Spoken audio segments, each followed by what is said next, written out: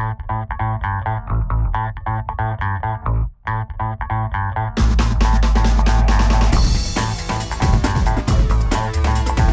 was born in Minneapolis and lived there till I was 11 years old. We moved to Miami at that time when the Dolphins first started, and I moved back in 1983 when the Strikers franchise relocated from Fort Lauderdale to Minnesota in order to play indoor soccer in the Major Indoor Soccer League, and we played in the Met Center, which is no longer there, shared that building with the old Minnesota North Stars Hockey Club from 1984 through '89.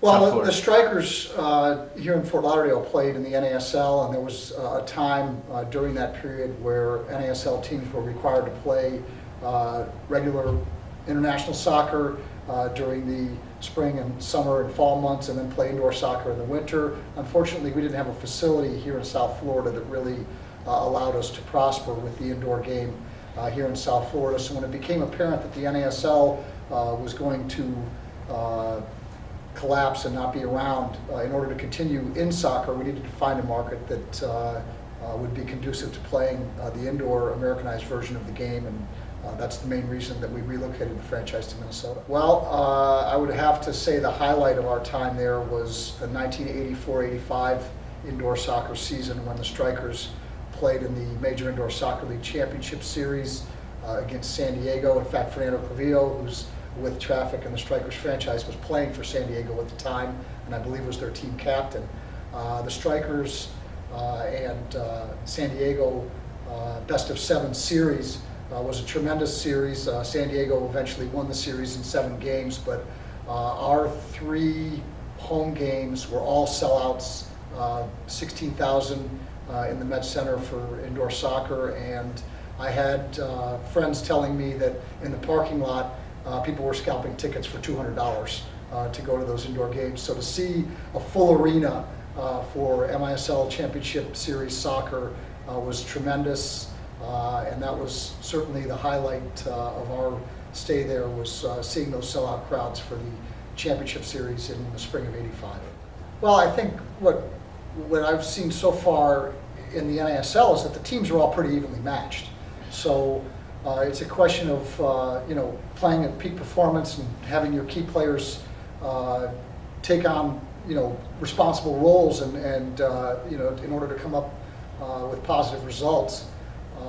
And obviously, everybody wants to win, and the games are all going to be fought tooth and nail. I think when you have a league that's as competitive as the NASL is and the teams evenly matched, there's a very fine line between winning and losing and tying. And we've seen that thus far in the season with our first 4 games. They've all been very closely contested and have all been 1-goal games or ties.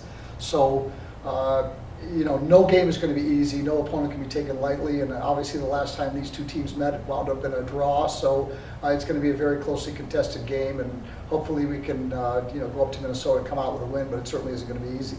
We're certainly going to have a very festive atmosphere in the stadium, starting with our tailgate events at 5:30, live music in the parking lot, and obviously the rivalry with Tampa Bay goes back to the old NASL days when the Strikers and Rowdies would get together and play, and it was always a good heated rivalry, but also a positive one in many respects.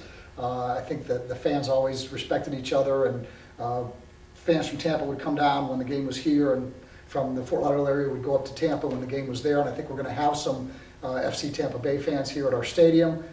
So we want to put on a good show for the fans, and obviously we want to beat our big interstate rival, FC Tampa Bay. So I think it's going to be a nice event and a great turnout from the fans as expected. So we're expecting a big night.